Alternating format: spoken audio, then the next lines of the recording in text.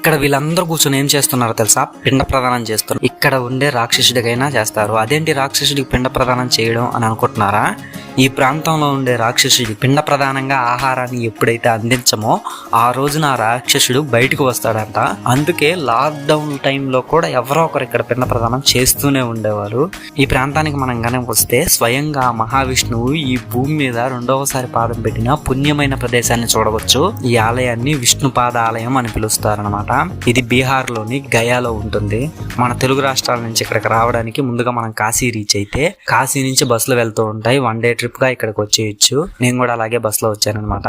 First నేను చూస్తున్న టెంపులే విష్ణుపాద ఆలయం అనమాట. ఇప్పుడు మీరు చూస్తున్న ఈ నది మొత్తాన్ని ఫాల్గుని నది అని పిలుస్తారు. ఫాల్గుని నది ఒడ్డున వీళ్ళందరూ పిండ ప్రదానం చేస్తున్నారనమాట. పితృదేవతలకైనా పిండ ప్రదానం చేయొచ్చు, మనమైనా పెట్టుకోవచ్చు, లేదా రాక్షసుడికైనా పెట్టచ్చు. మీరు ఎలా పెట్టినా సరే దాంట్లో కొంత భాగం ఇక్కడ ఉన్న గయాసురుడికి వెళ్తుందన్నమాట. ఈ ఆలయం గురించి విశిష్టత చెప్పాలి అంటే ప్రస్తుతం ఉన్న ఈ ఆలయాన్ని 1787వ సంవత్సరంలో ఇండోర్ రాణి అయిన అహల్యాబాయి హోల్కర్ గాను పునర్నిర్మించారనమాట. ఆల్రెడీ ఉన్న ఆలయం పైన ఈ ఆలయాన్ని నిర్మించారు. ఈ ఆలయ స్థల పురాణం చాలా ఇంట్రెస్ట్ గా ఉంటుంది. ఈ ప్రాంతంలో గయాసురుడు అనే ఒక రాక్షసుడు ఉండేవాడు. అతను ఘోరమైన తపస్సు చేసి తనని ఎవరైతే చూస్తారో ఆ చూసిన వాళ్ళకి మోక్షం లభించాలి అని ఒక వరం పొందాడు అనమాట.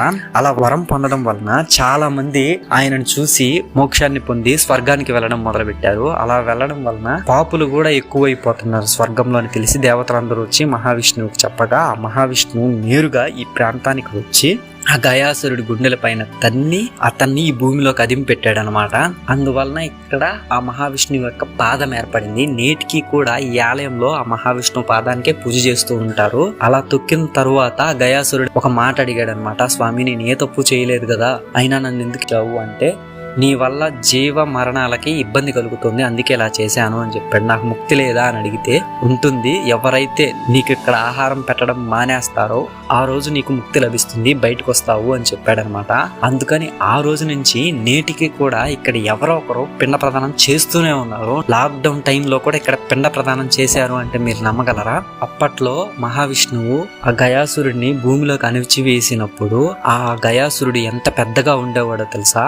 మొత్తం తన శరీర భాగాలు మొత్తం 3గా విడిపోయాయి. ఆయన పాదాలు ఉండేది పాదగయ, మన ఆంధ్రప్రదేశ్ లో ఉంటుంది. నడుము ఉండేది నాభిగయ, ఒడిస్సాలో ఉంటుంది. తల ఉండేది ఈ గయలో. అంత పెద్దవాడనమాట.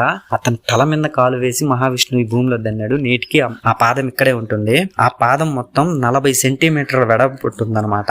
ఈ ఆలయాన్ని సీతారాముల వారు కూడా దర్శనం చేసుకున్నారు. అంత పాత ఆలయం. మరి బీహార్ లోని గయాలో అది ఆంధ్ర ఆశ్రమం.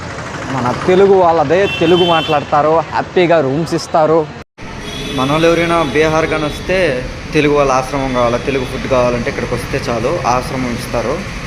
మనం అక్కడ ప్యాకేజ్ మాట్లాడుకునే దాన్ని బట్టి ఉంటుంది. అలాగే ఇక్కడ మన ఆంధ్ర భోజనానికి 120 రూపాయలు తీసుకుంటారో వాళ్ళే పెడతారు భోజనం.